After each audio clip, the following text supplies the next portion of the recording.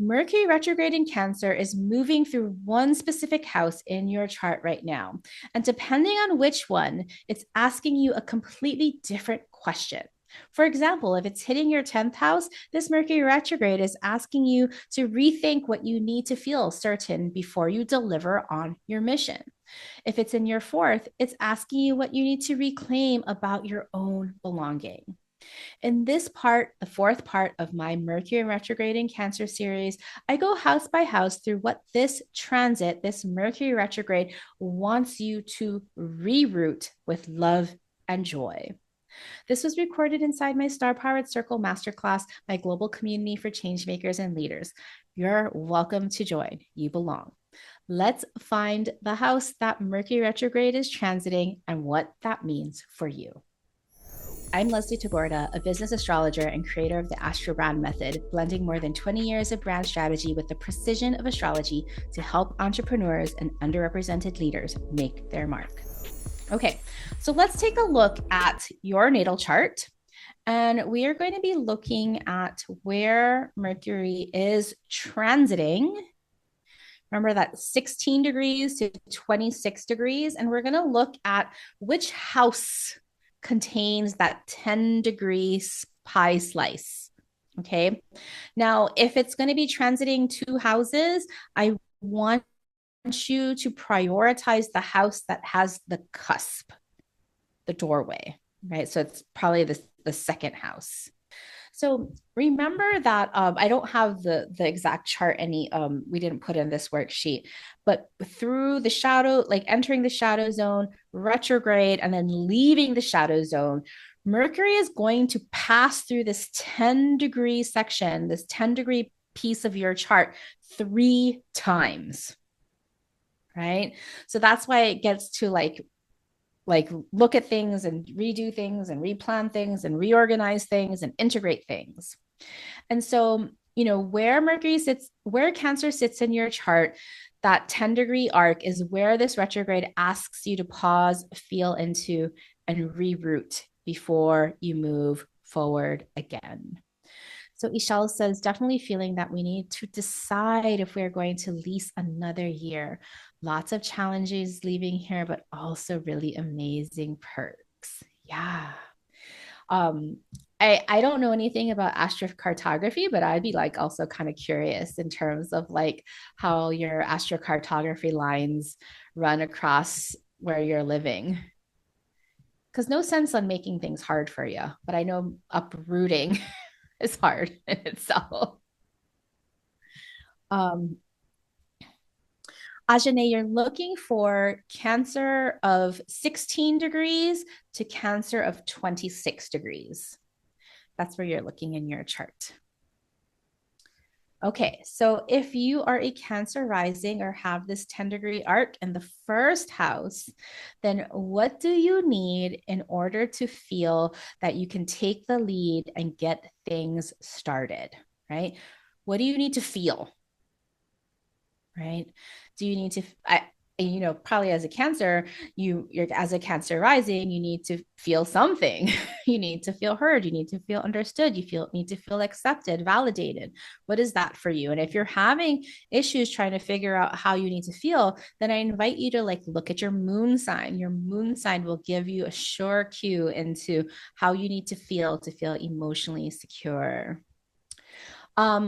If you are a Gemini rising, this might be in your second house, or if it's this air 10 degrees to 16 degrees to 26 degrees of Cancer is in your second house. This is so true for me. What do I need to accept about my own worth before I can create real results? We've been working so hard, putting all the backbone and back into the business, getting things, ready for the next phase and this book launch. We haven't been selling anything at the moment. And so there's no money in the bank. And when there's no money in the bank, oh, my self-worth is so tied to money in the bank. And I know that so many of us have this. If you're a Taurus rising or have that 16 to 26 degrees in your third house, what do you need to feel to safely express with care instead of urgency? Okay. So, in terms of like, what is the feeling of safety? Is that the feeling, I'm guessing, in your Taurus rising, the feeling in your body? How can you, maybe if you're doing something scary, put on a weighted blanket or something and not feeling like everything is such a rush? You might be an Aries rising if you have 16 to 26 degrees in the fourth house. What do you need to reclaim about your own belonging for your family, for your chosen family, found or biological? Okay. So, sometimes this belonging, isn't just about waiting for the invitation. If you feel that you don't belong in any kind of social groups, like invite people, create those connections, reach out to people, create belonging for others if you don't feel like belonging. I have, Chiron in the 11th house. So belonging is one of those big wounds for me. And what I learned is like, well, if I don't feel like I fit into a certain place or community, I'm going to create my own community. And I've done that. Pisces rising, or this piece of the pie in the fifth house.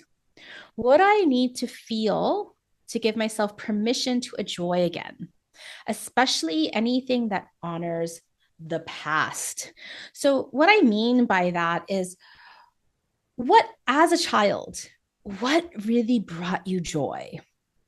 I know this can be a really hard question for some of us who have forgotten how to play, but if you're a Pisces rising, I really hope that you can give yourself permission to enjoy again and really like tap into those things that made your inner child so happy. Yeah, Kim, feeling that deeply. Aries, Aquarius rising, or in the sixth house. What do I need to accept about my current capacity before I rebuild my self-care systems? Right. Our capacity is always changing. And I've had to do a lot of work around this with my recent diagnosis. And, I had my endocrinologist appointment today, and I was so relieved that she's like, everything is good. You have nothing to worry about. We're going to just, you're just going to be on your review protocol. So, like, essentially, that journey is done, my cancer journey. But now I have to rebuild my capacity because my energy has tanked. And so I'm an Aquarius, but not an Aquarius rising. And understanding your capacity, just what you can actually do in this moment now. I'm thinking of you, Tonya. I know you're not an Aquarius rising too, but like, what is your current capacity? And like, how can you build your systems around that? Cancer rising, or this Mercury retrograde traveling through your seventh house. What do you need to feel secure about before you can truly collaborate with other caretakers? Okay. So this is kind of opposite of like Sweta with the Cancer rising, right? These are your partners, right? And so maybe those Capricorn risings, every Capricorn rising that I've ever known never feels like they know enough, never feels like they are an expert, right? And so maybe for Capricorn risings, how can you like really reclaim that you already know enough, that you are already the expert, and that you can also collaborate with other expert caretakers, nurturers, other responsibility holders, right? Because ultimately, Cancer and Capricorn are both responsibility holders. Okay. Sagittarius rising, or if this Mercury retrograde is happening in your eighth house, what do you need to reclaim about trusting yourself, trusting others before deep emotional healing can happen? Okay, Sagittarius rising, I know you want to run away. Like, if I can just travel here, if I can just explore there, I can run away from all my problems, from actually having to like make, deep relationships. But Sagittarius, you need to trust too. You need to trust yourself. And in this way, be with the exploration of your own emotional healing. Dr. Sweta says responsibility, that access gets on my nerves. Yes. Melissa says we need to examine the stories we tell ourselves about trust. Oh, yeah. Hit a nerve there for the Sagittarius rising. Examine, explore, right? Explore the stories, give meaning to these stories we tell ourselves about trust. Okay, Scorpio risings. Did I put these backwards? Sagittarius rising or Mercury retrograde is happening in the ninth house. What do I need to accept about my own healing journey before I can expand my purpose? And feeling into you, Rhonda, like you are healed. You heal as you do the things. You heal as you guide others. You heal as you enjoy yourself. You heal as you are having so much fun, right? And so have fun. And that's how you expand your purpose. Ashade says, weird that I relate to that too. All of these, use your intuition. Like all of these might feel for you. Anumi, yeah, Anumi, you're gonna embrace your inner dominatrix and have fun. Scorpio rising. Okay, Libra risings. If you have this Mercury retrograde in your 10th house, what do you need to feel certain of before you can deliver on your mission, before you can launch the thing, before you can do the thing? Okay, any Libra risings? Oh my gosh, Anumi, a former dominatrix. Far from a. I read that Anumi as a former dominatrix, not far from a dominatrix. Maybe it's time to embody that energy. Any Libra risings in the house? I don't think so. Okay. Virgo risings, or if this Mercury retrograde is happening in your 11th house, what do you need to reclaim about your vision for community, society, the collective without shrinking it, right? So when we were looking at the Venn diagram a couple segments ago, in terms of the collective, right? And maybe, for Virgo risings, and maybe this appeals for you, Cassandra, with your Virgo rising. There's this part of repair and restoration, and how can we do that kind of repair work in this joyful way? Okay.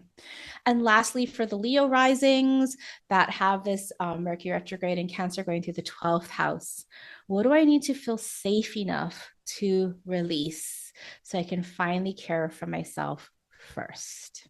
Looking at you, Leo rising. And so, for all of us that are thinking about these different kinds of areas of focus, that's what this Mercury in retrograde in Cancer, this area by house, is asking us where we want to reroute our emotional leadership in love and joy.